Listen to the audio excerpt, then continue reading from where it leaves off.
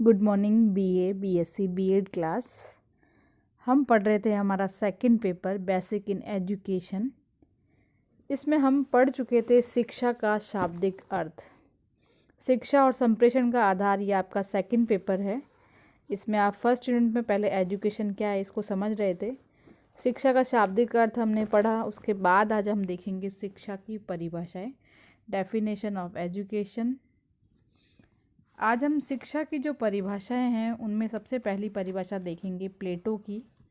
प्लेटो कह रहे हैं कि शिक्षा से मेरा तात्पर्य उस प्रशिक्षण से है जो बालकों में सद्गुण की मूल प्रवृत्ति हेतु उपयुक्त आदतों द्वारा प्रदान किया जाता है। कि कुछ बालक में ऐसी आदतें डाली जाती है उसकी मूल प्रवृत्ति में जो अच्छे गुण डेवलप करे, सद्गुण विकसित करे, उस ऐसा प्रशिक्षण है शिक्षा।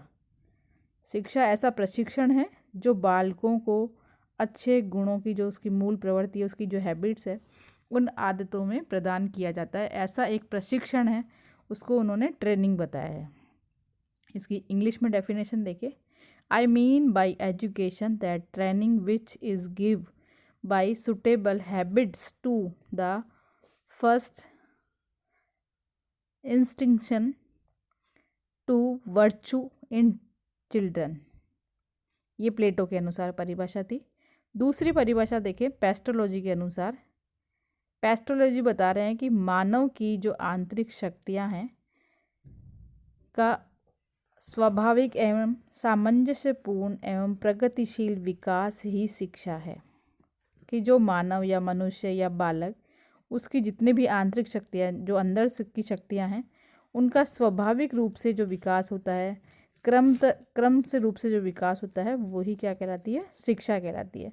कि हमारे अंदर शक्तियाँ भरी हुई है, लेकिन वो शक्तियाँ जब तक बाहर आएगी और उस जो शक्तियों को बाहर निकालने का जो कार्य है वो कौन करती है? शिक्षा। इसलिए इन्होंने बताया है कि आंतरिक शक्तियों को स्वाभाविक रूप से, प्रगतिशील रूप से विकास जो करती है वो शिक्षा करती है। Education is the nature, harmonious and progressive development to man innate power. जो इनेट पावर है, हमारी आंतरिक शक्ति है, उनका सही रूप से विकास करना ही क्या कहलाती है? शिक्षा है। तीसरी परिभाषा देखें स्वामी विवेकानंद के अनुसार। विवेकानंद अपनी परिभाषा दे रहे हैं कि मनुष्य में पूर्व से विद्यमान संपूर्णताओं को बाहर लाना ही शिक्षा है। कि मानव के अंदर पहले से ही विद्यमान है, पहले से ही अंदर है संपूर्णताएं हमारे अंदर। हम पूर्ण रूप से क्या है? सक्सेस हैं, सभी चीज़ें हैं, लेकिन जब तक बाहर लाएंगे वो कार्य कौन करेगी? शिक्षा करेगी। तो मनुष्य के पूर्व विद्यमान जो संपूर्णताएं हैं, जो परफेक्शन है उसके अंदर, उसको लाने का जो कार्य है वो कौन करेगी? शिक्षा। Education is the manifestation of perfection already in man. कि पहले से वो परफेक्शन है उसमें, लेकिन उसको बाहर लाने का जो कार्य है वो कौन करती है? शिक्षा करती है। नेक्स्ट परिभाषा देखें। रविंद्रनाथ टैगोर के अनुसार सर्वोच्च शिक्षा वह है जो केवल सूचना ही नहीं देती है, अपितु हमारे जीवन और संपूर्ण दृष्टि में तादात्म्य स्थापित करती है। यानी कि हायर एजुकेशन की बात की जा रही है, या सामान्य जो शिक्षा से थोड़ा सा ऊंचा लेवल आता है उसकी बात की जा रही है। कि सूचनाएं ही नहीं देती वो शिक्षा में, अपितु क्या करती है? हमारे जीवन को, संपूर्ण जो दृष्टि है, जो चारों तरफ का जो वातावरण है, उससे हमें तादात्म्य भी स्थापित करती है, उससे हमें जोड़ती भी है वो शिक्षा। यानी केवल हम सोचे कि हमें सूचनाएं प्राप्त हो रही है वही शिक्षा है, इतनी शिक्षा नहीं है। हमें संपूर्ण सृष्टि से हमें जोड़े, पूरे हमारे आसपास के वातावरण से जोड़े, हमें हमारे जीवन से जोड़े, वो ही वास्तव में शिक्षा है। इंग्लिश में देखें इसे। The highest education is that which does not merely give us information but make our life in harmony with all existence। ये इन्होंने परिभाषा दी है टैगोर ने। अब देखिए महात्मा गांधी के अनुसार शिक्षा से मेरा तात्पर्य बालक एवं मनुष्य में शरीर, मस्तिष्क और आत्मा के सर्वोत्तम रूप की अभिव्यक्ति है। इन्होंने 3 चीज़ें बताई है।